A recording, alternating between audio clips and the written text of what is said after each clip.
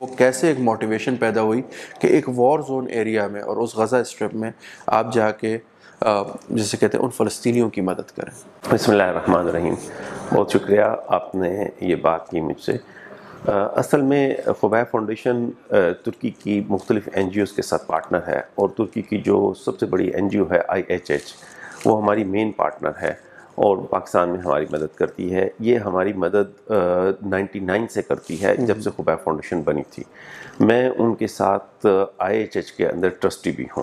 میں ان کا واحد انٹرنیشنل ٹرسٹی ہوں جو کہ ان کے ساتھ مل کے کام کر رہا ہوں، اور IHH ہماری مین ڈونر ہے پاکستان میں. IHH نے جہاں بھی کام کیا ہے خبیب فاؤنڈیشن نے اس کے ساتھ تعاون کیا ہے. IHH وہ تنظیم ہے جس کو پروفیسر نجم الدین اربکان نے بنایا تھا، اور یہ بیسکلی وار زونز کے لیے بنی تھی. اور وار زونز میں یعنی بوسنیا سے شروع ہوئے 92 93 میں، اس کے بعد عراق ہوا، چچنیا ہوا، اور اس کے بعد افغانستان میں کام بہت کیا. ہمارے ساتھ جوائننگ 99 کے بعد افغانستان میں ہوئی تھی. ہم نے 9/11 کے بعد افغانستان کے اندر بہت ریلیف کیا IHH کے ساتھ مل کر. یہاں پر جو کیمپس لگے، چمن سائٹ پر کیمپ لگے، اسپن بولدک میں کیمپ لگے، IHH نے ہمیں اس پر سپورٹ کیا. ہم نے ان کے ساتھ مل کے کام کیا. پھر 2005 کے زلزلے میں ہم اکٹھے تھے، اور اس کے بعد شام کے اندر پاکستان کو ہم نے موبلائز کیا. سیریا کے اندر جتنا IHH کی پارٹنرشپ میں ہم نے کام کیا. ابھی جو غزہ کی صورتحال ہے، ہم نے غزہ کے اندر 2009 میں ایک ایڈ کنوائے تھا جو امریکہ سے اور یورپ سے چلا تھا. اس میں ہم نے سپورٹ کیا تھا، اور اس میں ہماری ٹیمز گئی تھیں.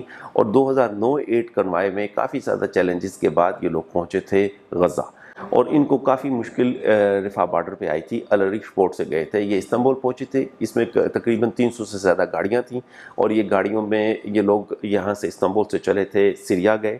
سیریا سے یہ چل کے جارڈن گئے. تو جارڈن میں ان کو ایجپٹ کی طرف جانے کا چانس نہیں دیا گیا. تو پھر انہوں نے بائی سی ساری گاڑیاں بحری جہازوں میں رکھی اور العریش پورٹ پہ پہنچے.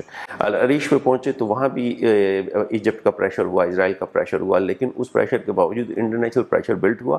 وہاں پہ تھوڑا سا لڑائی بھی ہوئی، اور پولیس کے ساتھ ان کے مصر کی پولیس کے ساتھ پریشر ہوا. پھر جو ہائی لائٹ ہو گیا، ان کے ساتھ ٹوٹل CNN BBC سب کچھ تھا. تو اس لیے انٹرنیشنل کرائسس کریٹ ہوا، اور اس کے بعد غزہ بارڈر کو کھولنے کا کہا، اور ان کی ساری گاڑیاں اور یہ ایڈ لے کر غزہ پہنچے تھے. یہ 2009 کی بات بتا رہا ہوں، جس میں ہماری ٹیم ساتھ گئی ہوئی تھی. میں نہیں جا سکتا تھا اس وقت جب یہ مسائل ہوئے تھے. تو غزہ میں ان پرابلمز کی وجہ سے غزہ میں یہ اناؤنس کیا کہ 2010 میں ہم بائی سی آئیں گے. پھر 2010 کے اندر ایک فلوٹیلا بہت بڑا گیا تھا، جس میں میں بھی شریک تھا، اور ہم لے کے گئے تھے. لیکن پھر اس میں بھی چیلنج آیا، اور ہمارے پر اٹیک کیا اسرائیل نے.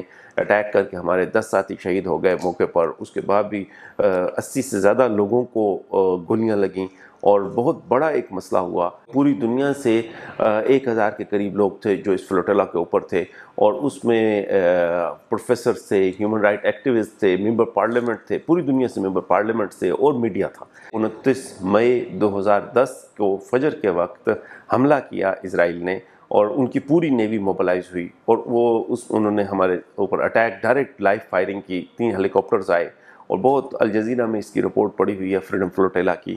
وہ اس کے اندر بہت بڑا ایک کرائسس ہوا. سلامتی کونسل کا اجلاس ہو گیا، اور امیجیٹ پریشر اسرائیل پہ ہوا. لیکن انہوں نے یہ کیا کہ ہمیں روک کر، اور اس کے بعد ہمیں اریسٹ کر کے اور بیر شیوا لے گئے. اشدود پورٹ پہ لے گئے. اشدود پورٹ سے اسرائیل کا پورٹ ہے. اشدود پورٹ سے یہ پھر ہمیں بائی روڈ بیر شیوا لے گئے، وہاں جیل میں رکھ دیا، اور ہم تقریباً 24 گھنٹے کے قریب جیل میں رہے.